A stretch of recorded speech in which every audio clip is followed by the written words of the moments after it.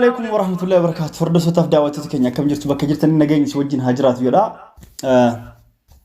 هارا حالا يروت ولا لته. هريري بيجا دادترت كابسونا كومت ففتين جرتي. يسنون دي كسنة كومت تارجتني أممو وانتك وان ساعتي أما هارا يروت هارا حالا يروت والكبته.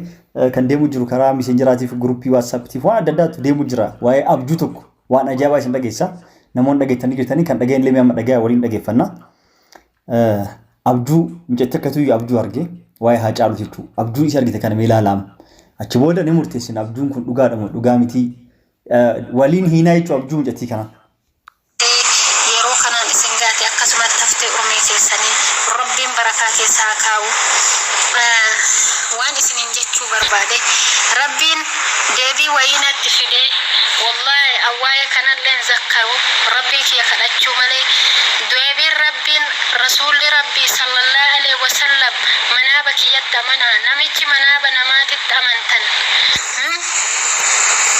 منابت أمنتن منابنك يراغمتي كجيب دومتي جئي دبت ربين كينا واني سنين جتشو بربادو منابتوكو أرجي أن أمانا اسم بركاوان منامني أن أرجي توكو أكا جرتنيت أكا قوتو بيا كيسا جرتنيت أكا غروبي كيسا جرتنيت أمسكي يكنا ربي في جده ربي في ورمم ما في لا إله إلا الله فنيو شهادتين سنين إسين قبي سجلتي يبقى جرتنيت وان إلمان أرمو غروبي إلمان أرمو إرجرتوت شيرين أقولا هجالو نتدفو إدا منابن يو نتدفو بكا أدي إفتو وي كيس جرا بكا بريدو وي كيس جرا أنا بريدو تاتي إسنتين جلمايني إلمان أرمو أن إفا كيس جرا إسنتين جلمي سفدفني أكا إسنتين جلمون أنا تو إسني إفسا إفا كنا أكا باتن كنان إيغا كيسنا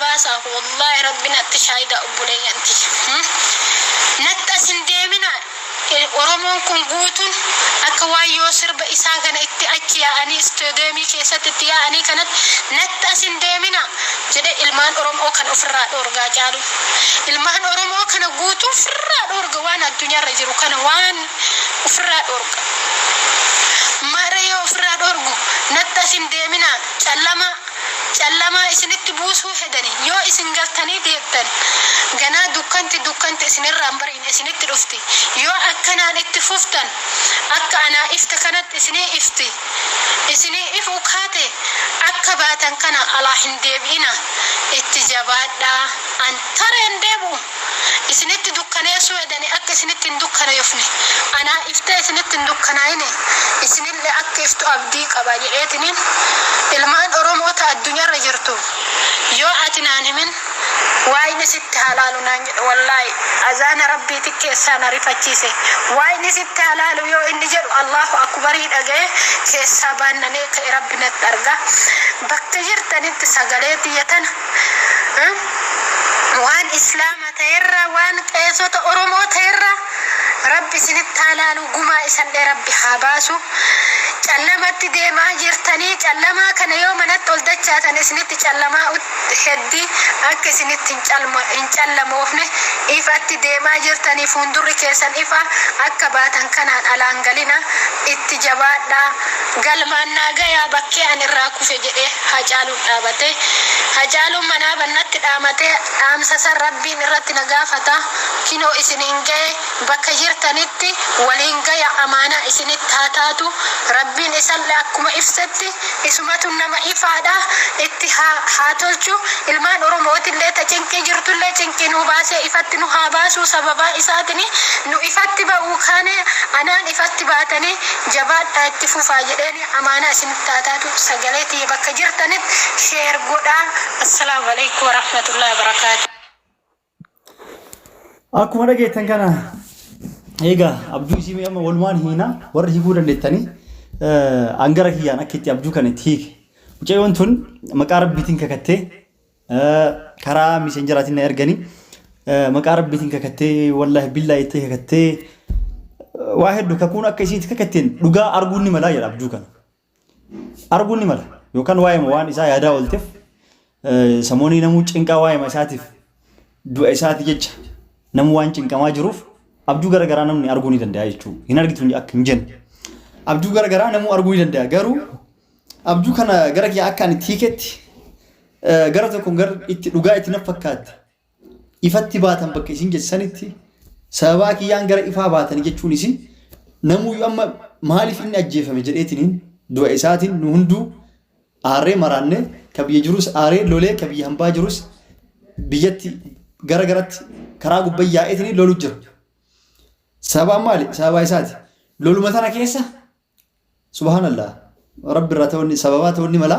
Loluma tana keessa namuu osoo lolu sababaa isaatiif osoo lolu jiru gara ifaatiif ba'uu ni danda'a jechuudha. Waan yeroo hedduuf waan yeroo dheeraaf gaafataa ture guutu argatuu danda'ee yaadaan abjuu kana isii muraas keessaa tanatti toltee fi gara dhugaa na fakkaattetti isiin akkana jechuu isiitiin karaa kiyyaan ifa baatan waan jetteef gara sanitti olaalu na shakkisiisti. Dhugaa namattis ni fakkaatti. Kanaaf abdullee hiikuu dadhabullee akka na fakkaatetti himuu jira. Kanaafuu mee abjuu kana warroota abjuu hiikuu danda'anii fi sheekota tokko tokkoo fi warra ulamaayitii warra dandeettii qabanii dhiisneedha. Angara kiyyaa waan na fakkaate. Kana na fakkaate jedheetiniin ibsuu barbaadeeti. Isinillee warri koomentii jalatti mee maal isiniif fakkaata? Ni sobdi moo dhugaa arguu dandeetti moo dhugaadha moo waan jettan isin guutuu koomentii jalattis barreessa. Ganaa olii gadhiifame sa'aatii muraasa na fakkaate abjuun kun garee garagaraa irratti arguu dandeettan guruppii adda addaa irratti fi miseenjaraa walii dabarsuu jira nama arguu dandeettanii warri dhaga'anii fi warra dhageettanii akka kiyyaa wanti kun isin shakkisiisee jiraate dhugaadha moo soba argitee jirti abjuu kana ka jedhu. Namni waan akkasii yaaddanii shakkisanii jirtan koomentii jalatti barreessaa hundi keessanuu akkasii mee laalaatii barreessaa isin hundi keessanuu kanaan alatti nama hiikuu nama dandeettii qabutti nama dandeettii qabu dabarsaa isaanis arganamaa dubbatanii inshallah ni argina. Akkasii akkuma isin jettee fi akkuma abjuun isin jedhe sanitti qabsoo ittuma fufaa jedha. Yoo itti fufne waan tokko irra gahuu dandeenya jedha. Rabbiin waliin haa jiraatu.